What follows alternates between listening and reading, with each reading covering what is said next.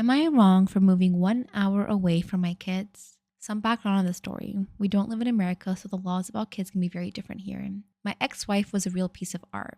While we were married, we were intimate only to conceive our 2 children, and when things didn't go her way, she decided to stop talking to me. Her record for that was 7 weeks. 7 weeks where she did not utter a single word to me, even when I asked her anything. She never wanted to visit my side of the family. She always went to bed with the kids as soon as she heard me arrive home, which was 8 p.m. at the latest, even in the summertime. One day I came home and sat on the sofa, again alone. I heard a ping coming from her tablet when she left it on the sofa. I looked and saw it was a group chat with her and her sister where they were asking, when are we moving the other things out? We need to take as much as we can. So I started reading and discovered that while I was at work, she was constantly moving things out with her family to stock in their attic. The next day would be the big day. They were planning on taking everything and leave me with 1 fork, 1 knife, 1 spoon, 1 plate, and 1 chair. I was in complete shock because I did not expect this. Homie, if she can go 7 weeks without talking to you and you live in the same house, that marriage is over. 7 weeks? When I get into an argument with someone in my household, okay, it's hard for me to go a day. I crack so easily because I'm just like, no, I gotta talk to somebody. At our worst time, I asked her if it would be better for us to divorce, and she always refused. Now she did this. So the next day I left for work, and of course I came back early, called the police and a bailiff to write down everything that she was taking. She got a scare from me arriving home that she didn't expect, of course. So she fell down the stairs. Immediately, she made up the story to everything, including our kids, that I pushed her down the stairs. Luckily, the bailiff was my witness. She threw herself down the stairs. What the heck? I couldn't care less about the things she was taking, but I did want to know about the kids, like how we would arrange that for me to see them.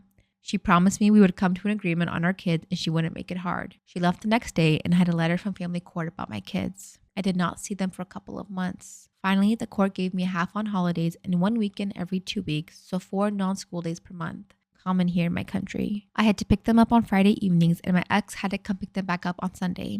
I was so happy to see my kids again, over the moon. However, she brought them wearing clothes that were too small and torn and shoes that were too tight. Remember, I had nothing left. She took everything, even the last hair ties of the girls. Not a pin, not an underwear, nothing. So the first weekend they came, my mother went shopping with them to get them everything they needed. This continues till this day. Always raggedy clothes when they arrive. She taught my children to expect expensive things from me and request expensive things from me. From her words, keep going as long as you take money from him. She told my kids that I didn't love them as much as she did, that I didn't have time for them, that I was a liar, that I was abusive. And she's been telling them these things for years. Also, every Sunday or holiday after they came back from staying with me, she made them write down everything we did, we ate, where we went, how late they went to bed, and how long they stayed up, and who we saw. 2 years ago, I met someone new. She had 2 kids of her own where she shared custody of. In the beginning, my kids were absolutely crazy about her. They hung around her neck and hugged her and held hands whenever we went out. My ex immediately started to stalk my new partner everywhere. She found her on Facebook, TikTok,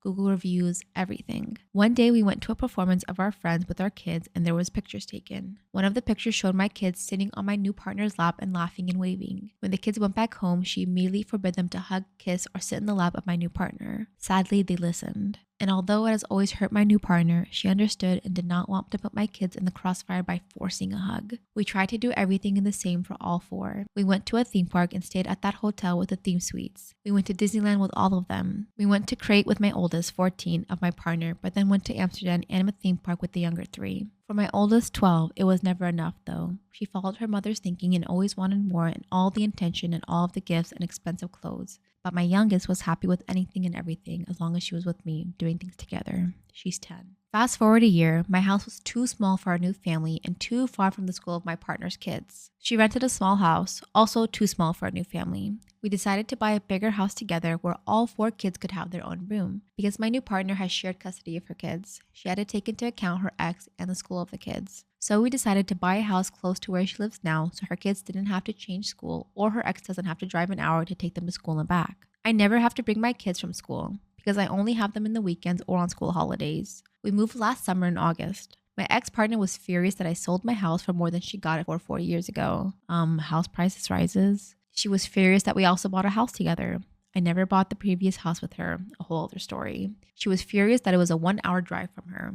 Maybe also because she is still single, bitter, alone in the same rental house after 4 years. So she started to say to my kids, he loves her more, he chose her above you, and things like that. Also, my business was doing great, and my new partner decided to come into my company with me, and she supports my dreams and goals. This set my ex off again, and apparently that was the final straw for her. She refused to give my children to me anymore. She forces both of my children to say, I don't want to come anymore. Now, for my oldest 12, the brainwashing is completed, and she genuinely believes that I'm the bad one in the story. My youngest 10, however, warned us that this was coming and sat night after night in our bed crying that she would be forced to say she did not want to come anymore, but she does want to come. My ex and my oldest are saying it's my fault because I moved and I love my new partner and her kids more than them. But it was a practical choice, nothing to do with whom I love more. So am I the asshole? Man, a lot of stuff I want to say there. Give me a minute. Okay. So firstly, I hate hearing these things because it makes me so sorry that people go through such things in life. And it sounds like you've tried your best to make the right decision for your children while balancing your own happiness and the needs of your new family. While your ex-wife's manipulation and attempts to turn the children against you are heartbreaking, this isn't a situation you created. Moving to accommodate your new family's need wasn't about abandoning your kids. It was a decision that was made on practical reasons. You still maintain visitation rights and have made efforts to spend quality time with your children, even when faced with your ex's behavior. It seems like your ex has used the move as an excuse to continue poisoning your relationship with your kids, which really sucks. Especially your eldest who has unfortunately absorbed her mother's narrative. It sucks at that age. You don't know what to believe. And you see your mom spitting all these things to you and being emotional. Your dad did this, your dad did that. You can't help but sympathize with your mom. As far as being the asshole, absolutely not. I don't think you are in the slightest. You're making the best of an incredibly difficult situation, one where no matter what you do, your ex is determined to make you out to be the villain. And it's very clear from your story that you care deeply for your kids. Of course you do. But you've also had to make a decision that is best for your mental health and your future. And while your eldest right now, currently at her age, is being swayed by her mother's words, your youngest seems to understand the truth. And I hope she continues to stay that way. And hopefully with time, your relationship with both children can improve. But that will require patience and persistence. Keep fighting for your kids. Keep fighting for a relationship with your kids. I always hear these stories when kids get older and they're like, you didn't really fight for me. Even though they don't know in that time that one of their parents is pulling them apart, they're going to say, we were kids. We didn't know any better. I think if you keep pushing and pushing, when they're older, they'll finally come to the light and say, oh, wow, my dad really tried to be in our lives and not just abandon us the first time a 12-year-old said, Dad, I don't want to hang out with you. So I think that's really important to continue that persistence, even though I know it can be hard. It's not about loving anyone more or less. It's about creating a stable environment for everyone involved. Am I in the wrong for divorcing my husband after catching him in bed with our married neighbor and exposing her to her husband? This is honestly such a mess and I don't know if I handled it the right way, but here we go. I, 34 female, have been married to my husband, 36 male, for 7 years. We have an 8-year-old autistic son and life's already been pretty stressful for both of us. I thought we were handling it as a team, like we were in this together, until a few weeks ago when everything fell apart. We live in a small neighborhood where everyone's pretty friendly and I got along well with our next door neighbors, Emily, 32 female, and her husband, Dave, 35 male. Emily and I weren't super close, but we chatted often. Our kids played together sometimes, and our husbands would occasionally hang out too. At first, I thought it was nice that my husband and Emily seemed to get along. Just neighbors being friendly. But then things started to feel off.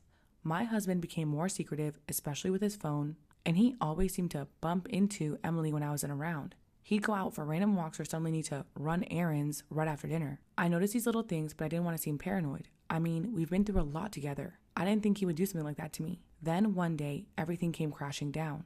I had to come home early from work unexpectedly because our son's school had a half day I forgot about. I walked in, and there, in our bedroom, I found my husband and Emily together, in our bed. I felt like the world stopped. They both freaked out when they saw me, my husband scrambling for clothes and Emily crying, saying it was a mistake and that she was so sorry. I couldn't even process it. I just walked out, shaking, and went to pick my son up from school. Later that night, I confronted my husband, and he admitted to having an affair with her for the past few months. He begged me to forgive him, said it was a stupid, impulsive thing, and swore that he loved me and didn't want to lose our family.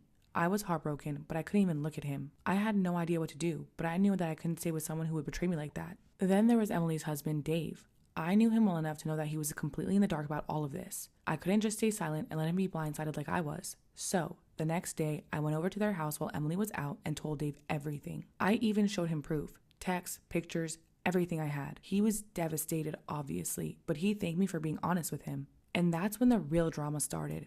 Both my husband and Emily went ballistic when they found out that I told Dave. My husband said I should have kept it between us and worked it out for the sake of our son. Emily called me all kinds of names, saying I had no right to tell her husband and that I ruined her life. She even claimed it wasn't serious and that I blew everything out of proportion. Now, Dave is considering divorcing her, and I've already filed for divorce myself. But I'm getting a lot of flack from mutual friends, saying I went too far by telling Dave and that I should have tried to keep things private to avoid tearing apart two families. I feel like I did what I had to do, but I'm questioning myself now. Should I have kept quiet and handled it differently?